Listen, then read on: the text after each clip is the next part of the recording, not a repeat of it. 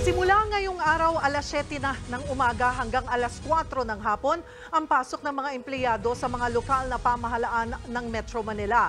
Naibsan nga ba niya na ang traffic sa kalsada at pabor naman kaya dyan ang mga empleyado?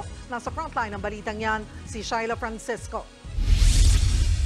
5:20 pa lang ng umaga, umalis na ang Project Development Officer na si Noela Pelayo mula sa kanyang bahay sa North Caloocan papuntang Quezon City Hall. Simula kasi ngayong araw, 7 a.m. to 4 p.m. na ang pasok ng mga empleyado ng lokal na pamahalaan sa Metro Manila. Mas pinaaga kumpara sa dating 8 a.m. to 5 p.m. para makabawas daw sa traffic. Para malaman kung epektibo yan, sinabayan namin sa pag-commute si Noela.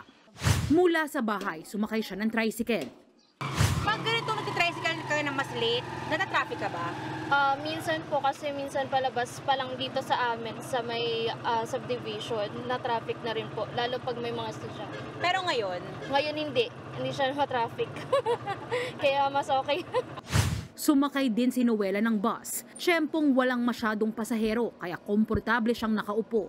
Maluwag din ang kalsada sa Fairview. Yun nga lang, madalas ang paghinto ng bus para punuin ang mga pasahero. Inabot din ng halos 1 oras ang biyahe niya sa bus.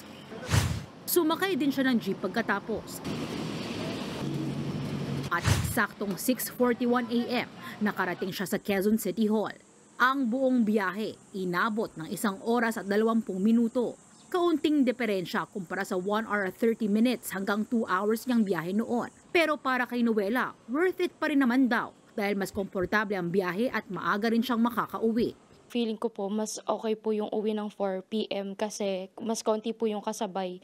Kasi dyan po sa sakayan po namin, hindi lang po City Hall yung sumasakay. So meron din pong mga other offices na dyan din po yung sakayan. So kung wala po kami masyadong kasabay, feeling ko mas okay po, mas makakasakay ako agad ng 4 p.m. Bukod sa kanya, approve din daw ito sa mga may transaksyon sa City Hall. As early as 7 o'clock, ang ganda yun eh. Kasi sa panahon ngayon, ang init eh. Kasi yung 8, ang bilis 9, mainit na. Kahit naman in-adjust yung pasok ng mga empleyado sa mga lokal na pamahalaan ng Metro Manila, seserbisyohan pa rin lahat ng kliyente at mananatiling bukas ang mga frontline offices kabilang yung may mga transaksyon sa pagbibigay ng tulong at permit hanggang alas 5 ng hapon. Giit ng Metro Manila Council, pansamantala lang daw ito hanggang masanay ang publiko at ang skeletal workforce sa piling departamento. Lampas 5 p.m. pa rin naman ang operasyon ng mga mahalagang serbisyo tulad ng City Disaster Risk Reduction Management at Traffic Enforcers. Sa taya ng MMC, nasa 112,000 LGU employees ang makikinabang sa pinaagang schedule.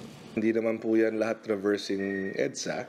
So yung kanya-kanyang mga lugar natin, mga kalye natin, ay hindi ngayon sasabay yung more than 100,000 employees. We are reducing the volume of vehicles pag rush hour. But again, hindi naman ibig sabihin magiging rush hour ngayon yung 1 hour earlier. No? Nagbawas lang tayo ng mga sasakyan dun sa mismong traditional rush hours. Pero ang Valenzuela LGU, susubukan daw muna ito sa piling government offices. Di naman daw kasi nakakaapekto sa traffic ang mga empleyado nila dahil halos lahat sa kanila nakatira malapit sa City Hall. Ine-engganyo naman ng Metro Manila Council ang mga national offices at agencies sa Metro Manila na subukan din ang pinaagang working hours.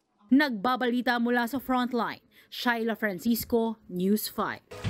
Mga kapatid, Cheryl Cosim po, huwag maging huli at maging una sa lahat sa balitaan. Para sa tuloy-tuloy na talakayan sa Frontline, mag-follow at mag-subscribe sa social media pages ng News 5.